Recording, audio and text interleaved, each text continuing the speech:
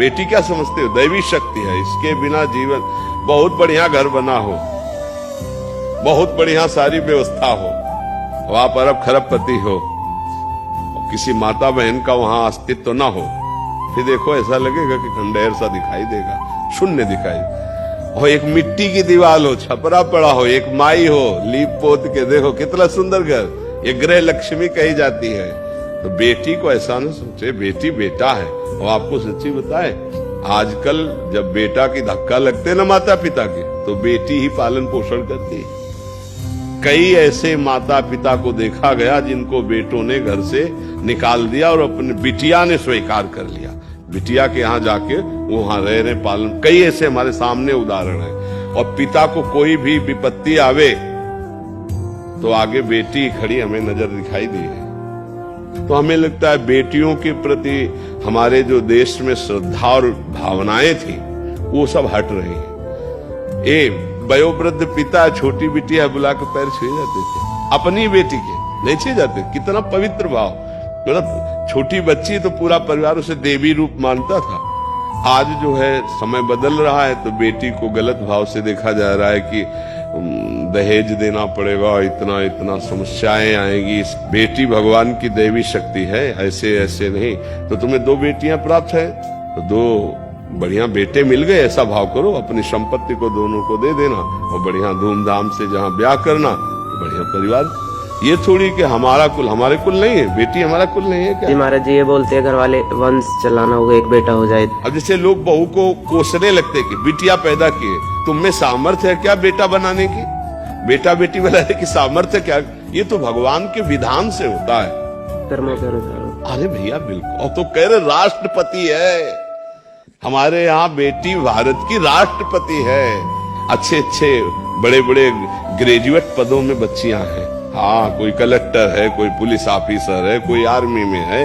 तो अच्छा पढ़ाओ लिखाओ, उनको समर्थ बनाओ, और ये दिमाग से हटाओ सब लोग कि बेटी और बेटा में अंतर है। अरे बेटी बेटा ही है, हमारी संतान है। देखो, जो बेटी के पुत्र के पिंडदान से परम गति प्राप्त होती है, वही बेटे के पिंडदान से होती है, मतलब लाभ मिलता है। तो अगर बेटी का बेटा है और वो पिंडदान कर रहा है, तो नाना को वही पिंडदान प्राप्त होगा, और वो जो मंगल होता है वो मंगल हो। कोई ऐसा थोड़ी कि बेटा ना हो तो हमारा पिंडदान देने वाला को। और फिर कर्म भी है। अगर बेटा, कितने ऐसे हैं जिनके बेटा बेटा और बेटी के लिए तरसते हैं। भाई बात समझो, बहू को डांटने की या कि ये बेटी बेटी पैदा करती, तो कोई ऐसा नहीं है भाई। गर्भ में जो भगवान ने रचना कर दी, उस बच्चे को आने दीजिए और उसको बराबर प्यार दीजिए। कभी ऐसा भेद मत प्रस्तुत कीजिए। और रही कि आगे चल करके दहेज देना पड़ेगा, तो भगवान ने जिस बच्ची की रचना की उसके लिए विधान भी किया है, उसके समान योग्य वर मिल जाएगा। अभी तक ये सब होता रहा है। अब हाँ, तुम अपने स्तर से अलग सोचो तो कमाओ उस तरह का, नहीं तो इस स्तर का वर मिल जाएगा, पक्का मिल जाएगा।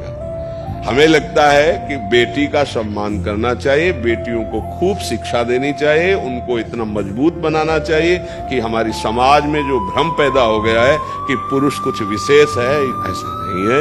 हर मतलब क्षेत्र में हमारे जो बहनें हैं, वो देखो ना, बहुत ये भावनाएं हटाइए। ऐसे ऐसे बेटे हैं कि सब संपत्ति लेकर के और माता पिता को बाहर कर दिए, कितने आपके उदाहरण में है। तो हमें लगता है भगवान के विधान में हमें संतुष्ट रहना चाहिए। जो बेटा जो बेटी दे, भगवान का प्रसाद, उनको बेटा ही मान के दुलार करो। तुम्हारे गर्भ से प्रकट हुए तो उनको ऐसे थोड़ी देखा जाता है कि बेटी है तो है।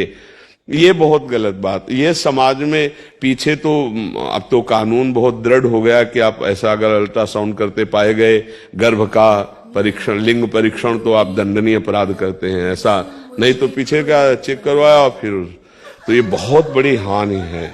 मतलब उस कन्या की हत्या जो गर्भ में अभी है, पूरा परिवार नष्ट हो जाएगा समय आने पर, वो कर्म जब अपना रूप रखेगा।